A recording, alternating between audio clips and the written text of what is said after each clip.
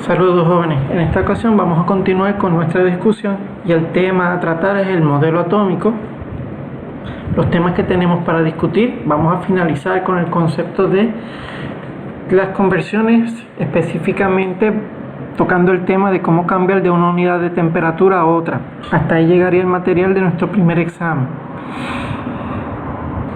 También vamos entonces a introducir un nuevo tema en el cual vamos a hablar de la materia y específicamente vamos a estar hablando de las sustancias puras y de las mezclas.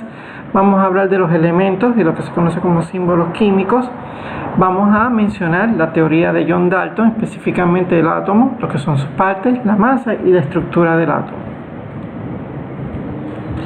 Bien, cuando hablamos de temperatura ya lo habíamos definido que era una unidad en la cual se medía la cantidad de calor entre un objeto comparado con otro. Dependiendo del país donde usted se encuentre, ¿verdad? O en el campo de la ciencia en el que usted trabaje, la temperatura se puede medir en grados Fahrenheit, que es la escala comúnmente utilizada en los Estados Unidos. Se puede medir en grados centígrados. Esta escala normalmente se relaciona mucho con o utiliza al agua como el modelo para medir las temperaturas. Y tenemos la escala de Kelvin, que es la escala que se utiliza comúnmente en las ciencias dentro del sistema internacional, aunque ya vimos que en el sistema métrico se utilizan los grados centígrados. Cada una de estas unidades uno puede convertir de una a la otra utilizando la conversión adecuada. Para fines de nuestro curso, la unidad de Kelvin no la vamos a estar tratando, nos vamos a enfocar única y exclusivamente en los grados Fahrenheit y en los grados centígrados. Las escalas no son las mismas, como usted podrá notar en la imagen que tiene aquí. Nótese, por ejemplo, que cuando estamos a 0 grados centígrados, que es el punto donde el agua se congela, esa temperatura equivale a 32 grados Fahrenheit. Por eso es cuando usted ve el informe del tiempo, le dicen en tal estado la temperatura está por debajo del punto de congelación, pero le muestra unos 30 grados, 28 grados, porque la escala que se mide es Fahrenheit. La temperatura a la cual se evapora el agua son los 100 grados centígrados, pero en la escala Kelvin eso equivale a 212 grados. ¿Ok? En la escala de Fahrenheit, perdónenme. La escala Kelvin, que es la escala de la ciencia, la temperatura más baja que se puede medir en ella es 0 grados Kelvin. Pero eso, fíjese cómo equivale. Eso es a tener negativo 273 grados centígrados o negativo 459 grados Fahrenheit. Así como usted ve, la diferencia entre las escalas es bien marcada. Por lo tanto, tratamos entonces de convertir o de tener una manera en la que usted puede convertir de una a la otra. Si usted desea cambiar, por ejemplo, de grados centígrados, de grados Fahrenheit a grados centígrados, usted simple y sencillamente utiliza cualquiera de las dos fórmulas que yo le estoy ilustrando aquí. Usted toma los grados Fahrenheit, le resta 32 grados y divide entre 1.8 y el resultado ya quedará automáticamente expresado en unidades de centígrados o Celsius. Si usted lo que desea es cambiar de grados centígrados a grados Fahrenheit, usted lo que hace es que multiplica por 1.8 los grados centígrados y le suma 32. ¿Okay? Esas dos fórmulas las debe por lo menos saber utilizar para que pueda convertir de una a la otra. Vamos a ver dos ejemplos donde se aplican dichas fórmulas para que veamos cómo es el uso de las mismas. Nuestro primer ejercicio, pues mira, un niño que está enfermo tiene una temperatura de 40 grados centígrados. ¿Cuál es la temperatura del niño en grados Fahrenheit? Así que, muy sencillo, nuestra fórmula es esta que aparece aquí. Así que vamos a multiplicar 1.8 por la temperatura en grados centígrados y le vamos a sumar 32. Cuando usted multiplica el 1.8 por los 40, le da 72. Al sumarle 32 grados, la temperatura en grados Fahrenheit es de 104.0 grados Fahrenheit. Si se fija en el número de cifras, que es uno de los detalles que hemos abundado, este 1 es significativo, este 0 es significativo porque está entre medio de estos dos valores, este 4 y este 0 es un 0 a la derecha, por lo tanto el resultado tiene 4 cifras. ¿Por qué? Porque el dato tenía 4 cifras significativas. Estos números de la fórmula no se toman en cuenta al momento de hacer el cómputo porque estos son números exactos y los números exactos tienen un número infinito de cifras significativas.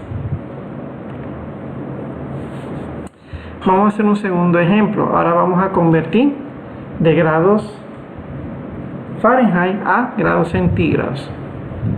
Y el ejemplo dice como sigue. Las instrucciones de una pizza congelada es hornearla a una temperatura de 325 grados Fahrenheit. ¿Cuál es la temperatura en grados centígrados? Nuestra fórmula, que la tenemos aquí, nos dice que tú vas a tomar los grados Fahrenheit, le restas 32 y el resultado de esa resta lo divides entre 1.8. Así que vamos a hacerlo. 325 le restamos 32, nos da 293. Ese 293 lo dividimos entre 1.8 y el resultado sería que esa temperatura equivale a usted hornearla a 163 grados centígrados. Tiene 3 cifras el dato de la temperatura en grados Fahrenheit, tiene 3 cifras el grado o la temperatura en grados de la misma en grados centígrados. Bien, vamos entonces, ya con esto cerramos nuestro material de nuestro primer examen. Recuerda que tiene las clases que se han discutido anteriormente como el material del mismo y la fecha ya aparece en nuestro bosquejo de temas a la cual se va a ofrecer. Vamos entonces a movernos a la materia. La materia, pues mire, nosotros ya habíamos discutido en nuestras primeras clases que la materia nosotros la podemos clasificar en 2 grandes grupos. Usted puede tener lo que se llaman sustancias puras y puedes tener lo que se llaman mezclas.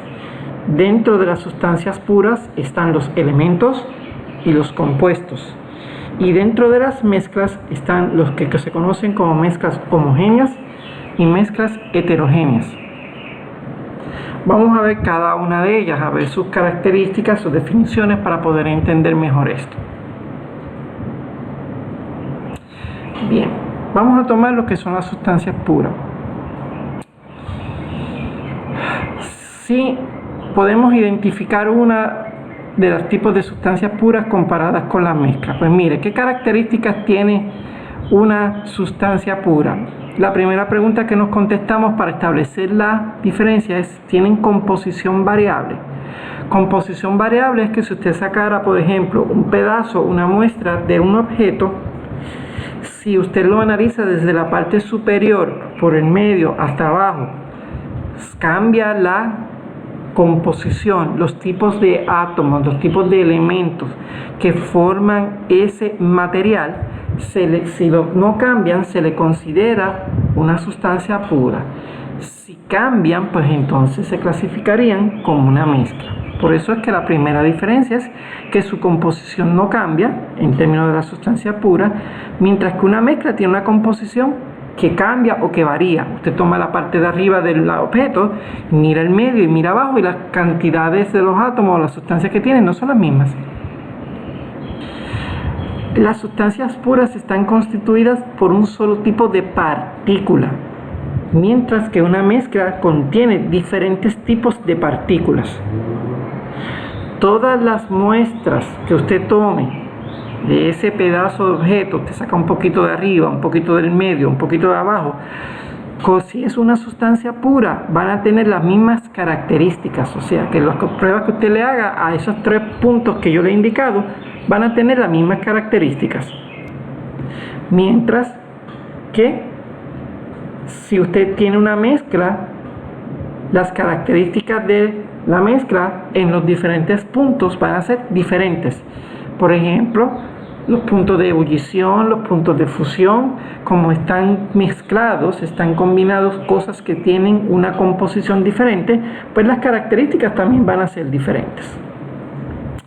Cuando nos enfocamos entonces en las sustancias puras, vamos a verlo por categoría. Una sustancia pura se constituye de 2 cosas. El primer tipo de sustancia pura se le conocen como los elementos y son básicamente aquel tipo de sustancia primaria o elemental, como bien dice su nombre, o básica, dentro de las cuales la materia se encuentra compuesta o formada. Son la forma más simple de una sustancia. Y cuando usted lo mida a nivel microscópico, usted va a notar que esa muestra, que es un elemento, está formado por átomos, que son un tipo de partícula que vamos a ver más adelante, del mismo tipo. Tiene importancia para nosotros, ya que los elementos en los seres vivientes se pueden clasificar o tienen unas funciones de elementos esenciales que son necesarios para que uno viva, elementos que pueden ser nutrientes, que usted los necesita ingerir en ciertas cantidades, o elementos que son micronutrientes, que usted con una pequeña porción de ellos ya tiene el valor necesario, la cantidad necesaria para que su organismo funcione de manera adecuada. Como decíamos en la discusión, los elementos están formados por átomos de un solo tipo. Pues mire, si usted va a saber que esta cosa es un elemento, por ejemplo, si usted toma una imagen y la puede mirar a nivel microscópico, usted va a notar que los átomos que forman esa materia son todos del mismo tipo, no difieren de ninguna forma. Por lo tanto, al ser del mismo tipo, van a tener también las mismas características. Este es un ejemplo donde se magnifica un centavo, donde vemos que, para ilustrar el ejemplo, la cubierta superior, que está hecha de cobre, no todo el centavo, esa cubierta superior está formada por solamente átomos de cobre, por lo tanto esa parte superior sería una sustancia pura. Los compuestos tienen lo que se le conoce como una composición definida. ¿Qué quiere decir esto? Que el número relativo de los átomos de cada elemento que compone el compuesto es simple y siempre el mismo. Ejemplo: si yo combino un átomo de hidrógeno, que sería un elemento, una sustancia pura, con un átomo de oxígeno, ¿verdad?, que también sería una sustancia pura, vamos a tomar 2 de hidrógeno para que el producto final sea una molécula de agua.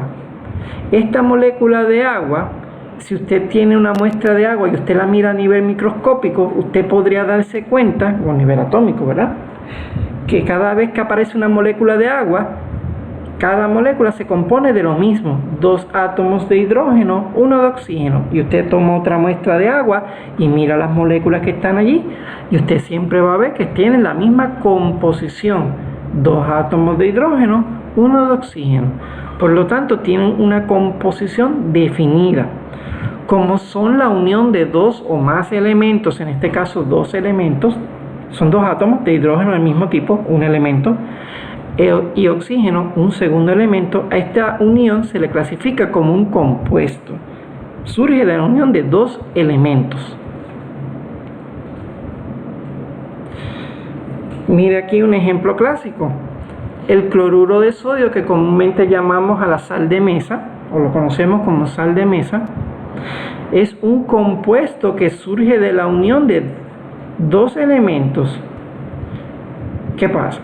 Combinamos sodio, que es un metal, con cloro, que cuando usted lo mida a nivel microscópico en la naturaleza se encuentra como un gas, que es de color verdoso, y cuando usted los combina forma el compuesto. Fíjense que estoy combinando que un átomo, una sustancia pura, con otro átomo, una sustancia pura, y los dos van a dar una sustancia pura, que es el compuesto que vamos a llamar cloruro de sodio o sal de mesa.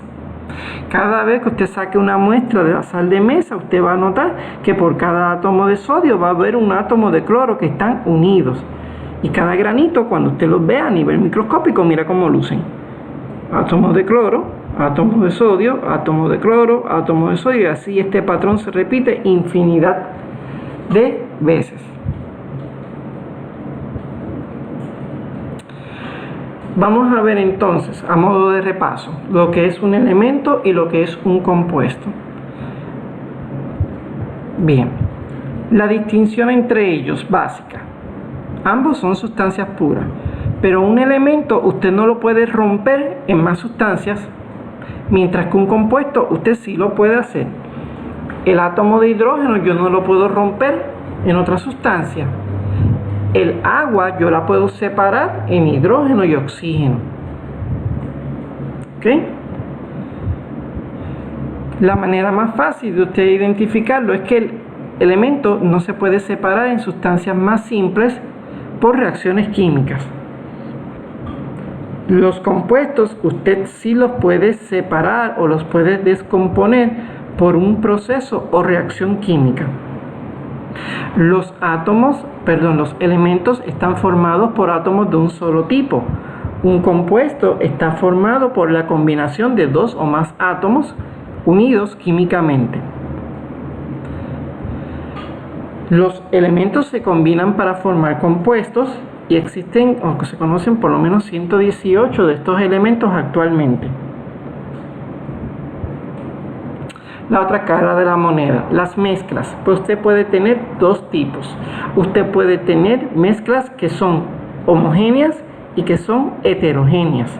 La diferencia básica, uniformidad. Usted puede apreciar cuando toma un objeto, una sustancia, ¿verdad? Sustancia me refiero a un sólido, líquido, por mencionar dos casos, y usted lo analiza y usted se va a poder dar cuenta si tienen una composición uniforme o si no lo tienen. Por ejemplo, si usted toma este ejemplo que es lo que sería una taza de té, pues aquí usted no puede distinguir dónde están las moléculas que forman el té de las moléculas que tiene el azúcar que está mezclado con el té. Usted simplemente cuando lo mira dice que esto está mezclado uniformemente, usted no ve capas. En el caso de una mezcla heterogénea, esa no es la situación. Las mezclas heterogéneas no tienen composición uniforme. El ejemplo más clásico, la arena mojada, por ejemplo. Usted toma arena mojada y usted va a poder ver el agua en un punto, en un lugar, ¿verdad? Mientras que la arena está en el fondo, en el otro, y usted los puede distinguir uno del otro. Eso es composición no uniforme, no están mezclados homogéneamente. Otro ejemplo, agua y aceite. Cuando el agua y el aceite entran en contacto, estos no se mezclan y usted toma una muestra y usted va a poder decir, ah, mira, el aceite está acá arriba y el agua está acá abajo, sin usted necesitar de ningún otro tipo de prueba química o, ¿verdad?, método químico. Así que formalmente las mezclas homogéneas tienen una composición uniforme a través de toda la muestra y consta de una o más sustancias. Por eso es que es una mezcla. Un sinónimo que se les da a las mezclas homogéneas que usted debe conocer y debe aprenderse es el que se conoce como soluciones. O sea que cuando le aprende una mezcla homogénea, un sinónimo es una solución. Ejemplo, agua y sal. Es una mezcla homogénea, usted no puede distinguir dónde está el agua y la sal porque están combinados en una sola fase. Las mezclas homogéneas tienen la particularidad de que cada parte de la mezcla tiene las mismas propiedades. Si usted saca una muestra de arribita del medio de abajo, va a tener las mismas características. Sus átomos o moléculas, porque puede estar formado de una mezcla de elementos o de una mezcla de compuestos, están mezclados uniformemente. No se pueden distinguir sus componentes. Por ejemplo, el agua de mar es transparente. Usted no puede decir dónde está la sal del agua. Las aleaciones, como por ejemplo el bronce, el acero. El bronce es una mezcla de cobre y estaño, pero cuando usted lo mira, usted no puede decir, ah, mira, aquí está el cobre, aquí está el estaño. Mezclas de líquido, por ejemplo, el vinagre. El vinagre que se compone de agua, ácido acético y otros preservativos. Cuando usted lo agarra, usted no puede decir dónde está el agua del ácido acético de los preservativos. Usted lo ve todo igual, porque es una mezcla homogénea. En el caso de las mezclas heterogéneas, estas no tienen composición uniforme. Si yo saco un pedazo de un material y lo analizo en la parte de arriba, voy a encontrar, por ejemplo, que hay 10 átomos de cobre y 5 de hierro. Me voy al medio y hay 5 y 5. Me voy abajo y hay 7 de cobre, 2 de hierro y 1 de silicio. Como mira en los 3 ejemplos que te acabo de mencionar, La composición no es la misma, variaba en cantidad en las primeras dos y en la tercera se le añade otra sustancia que no existía en los primeros dos ejemplos. Eso lo hace una mezcla heterogénea. Cada parte de la muestra, como tiene cantidades y composición diferentes, van a tener características diferentes. Los átomos o moléculas que forman esa sustancia no están mezclados de manera uniforme y usted los puede distinguir. Por mencionar algunos ejemplos, cuando usted tiene una medicina que le llaman una suspensión, pues la suspensión usted puede ver quizás unas partículas de sólido flotando sobre el líquido. Es una mezcla heterogénea. El agua y el aceite que no mezclan es un ejemplo de una mezcla heterogénea. Y mezclas de líquidos o sólidos que son lo que le conocen inmiscibles, algo que no se mezcla. En el caso de los líquidos o de los sólidos se consideran que es inmiscible. Así que mire, vamos a tratar de hacer la distinción entre mezclas homogéneas o heterogéneas, compuestos o elementos. Aquí estamos agrupando todas las sustancias puras para tratar de hacerlo como un ejemplo. Vamos a ver. El agua de mar. El agua de mar, además de tener agua, tiene sales. Cuando usted saca una muestra, la primera pregunta, ¿usted puede distinguir todos los componentes? Si es sí, pues entonces sería una mezcla heterogénea. Si es no, usted puede distinguir la sal del agua, sería entonces una mezcla homogénea. ¿Por qué no es un compuesto? Pues porque la mezcla, el agua es una combinación de agua con sales, son dos o más compuestos que están unidos. ¿Por qué no sería un elemento? Porque cuando usted analiza una muestra de agua, usted va a encontrar que los átomos, no hay átomos de un solo tipo allí combinados, sino que existen de varios tipos y de varios compuestos. El azufre, espero que por lo menos pueda distinguir de que es un elemento. El flúor es otro elemento. La arena limpia, piense bien, unos segunditos. Yo pensaría que como está limpia, pues quizás pensaría de que es un elemento. Si le dice sucia, pues estaría combinada, así que no podría ser entonces un elemento o un compuesto. Pero la realidad es que la arena es un compuesto, se llama óxido de silicio. La leche fresca es una mezcla homogénea, por eso se le llama homogenizada. Usted no puede distinguir la grasa de la leche de los demás componentes de la misma. La gasolina, cuando usted toma una muestra de gasolina y la mira en un envase, asumiendo que puede verla, ¿verdad? ¿Usted puede distinguir todos los compuestos que forman la gasolina? Por lo tanto, es una mezcla homogénea. Y esta debe ser bien fácil. Las galletitas de chocolate chip, cuando usted mira la galleta, ¿puede distinguir el chocolate? Visiblemente, simple vista. Sí lo puede hacer. Es una mezcla heterogénea. Ya a medida que vaya aprendiendo, por ejemplo, los nombres de los elementos, nombres de algunos compuestos, pues entonces usted va a poder distinguir de lo que no son sustancias puras entre elementos y compuestos versus cuando son mezclas. Claro está. Pero un ejemplo básico para ir introduciendo el tema. Bien, vamos a hablar ahora de los símbolos químicos. Mire, como sabemos, la química se constituye básicamente de los elementos. Son la base de cualquier tipo de cosa que tiene que ver con química. Así que, bien importante es poder identificar correctamente por el nombre y un símbolo los diferentes elementos que se conocen. El símbolo químico es un sistema o una forma de identificación que combina, ¿verdad?, o contiene una o dos letras derivadas mayormente del nombre del elemento. En algunos libros no se le llama símbolo químico, se le llama símbolo atómico.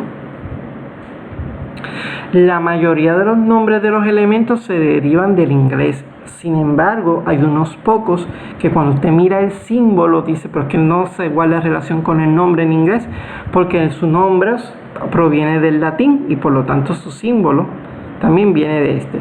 Algunos ejemplos. El oro, cuyo símbolo es Au, viene del latín que se llama aurum.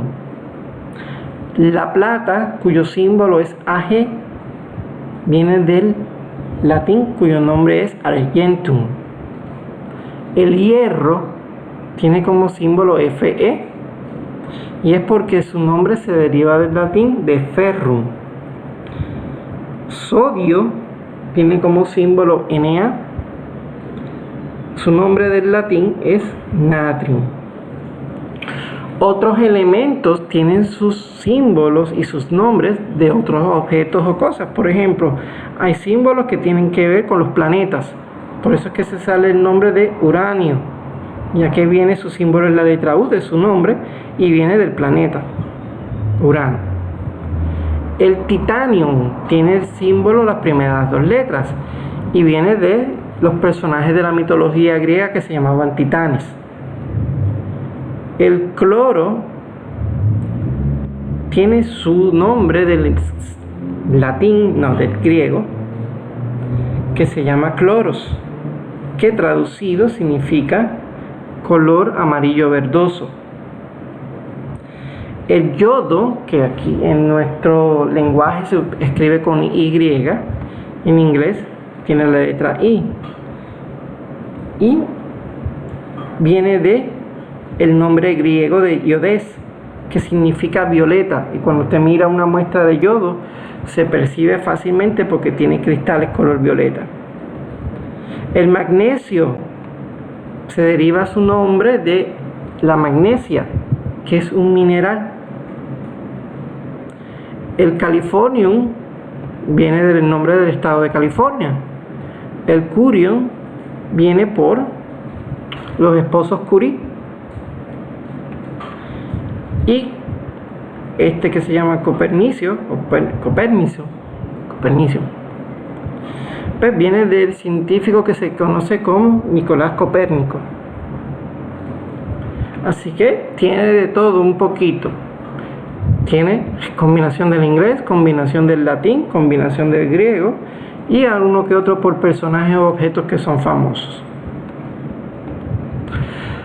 Bien, aquí les presento una tabla donde usted tiene algunos de los principales elementos que se conocen. Debe tratar de aprenderse el nombre y el símbolo del elemento para cuando se le pregunte en su examen. Estos son los más importantes, así que si usted se los puede aprender, mucho mejor. 1. Y número 2, para la próxima vez que nos reunamos, que será dentro de aproximadamente 14 días, no, 12 días, ya que la Semana Santa la tenemos libre, debe saberlo por lo menos para que entonces pueda por lo menos seguir la explicación. También va a necesitar conseguirse una tabla periódica. La puede descargar del internet. Lo importante es que la tenga a la mano para que cuando comencemos a hablar de cómo se agrupan los elementos, etcétera, etcétera, usted pueda seguirlo. Así que por lo menos su trabajo va a ser aprenderse estos elementos por su nombre en español. Claro, esta no se lo tiene que aprender en inglés, y su elemento, y su símbolo, perdónenme. Los elementos tienen vital importancia en nuestras vidas. Yo se lo había mencionado cuando lo estábamos discutiendo, de que existen 3 categorías de elementos, los cuales para nosotros son importantes. Esto es para fines de información suya, no es que se los tiene que conocer.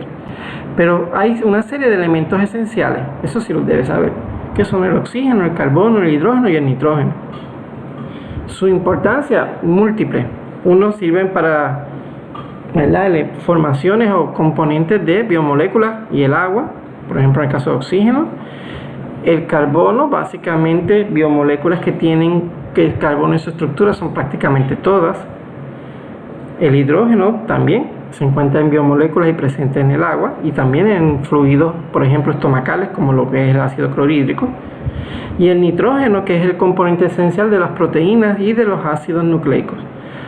Otros elementos se conocen como macrominerales, y es que usted los tiene que ingerir en cierta cantidad, o los debe tener en cierta cantidad en su cuerpo para que cumplan una función. De ahí es que salen cuando se le hace un análisis de sangre a alguien, se monitorean elementos como calcio, potasio, cloruro, sodio, ya que estos tienen funciones vitales tanto en el transporte de impulsos nerviosos, en la fortaleza de sus dientes, lo mismo, ¿verdad?, que forman ácidos nucleicos que tienen que ver con las contracciones musculares y con los impulsos nerviosos, por mencionar algunos. Otros se necesitan en cantidades bien pequeñitas, por eso es que se le conocen como elementos traza. ¿Por qué? Pues porque con una pequeña porción de ellos es suficiente para que tengan la función. Lo más importante, el hierro, que es el componente principal de la hemoglobina, cuya función es el transporte de oxígeno. Otros como el silicio, el zinc, contribuyen al sistema inmune, al desarrollo, ¿verdad?, del cuerpo. Otros tienen que ver con la cantidad de vasos sanguíneos, de células sanguíneas y del sistema inmunológico, y así sucesivamente. Usted puede sacar un ratito y evaluar cada uno de ellos para que entienda su importancia. Ahora, no podemos separar a los elementos de la unidad básica que los forma, que es el átomo. Así que vamos a hablar un poquito del átomo para entonces poder culminar nuestra discusión. Miren, al átomo se le conoce como la partícula más pequeña de un elemento que retiene sus características. Estas partículas se unen en cantidades enormes para formar los objetos que usted y yo vemos a nuestro alrededor. Ejemplo, la hoja del libro, de la libreta que usted tiene ahora mismo, está constituida por millones de átomos de un solo tipo, ¿verdad?, o de un elemento. O la tinta, por ejemplo, porque puede tenerlo también que se combinan. La idea de la existencia del átomo viene o nace desde la antigua Grecia.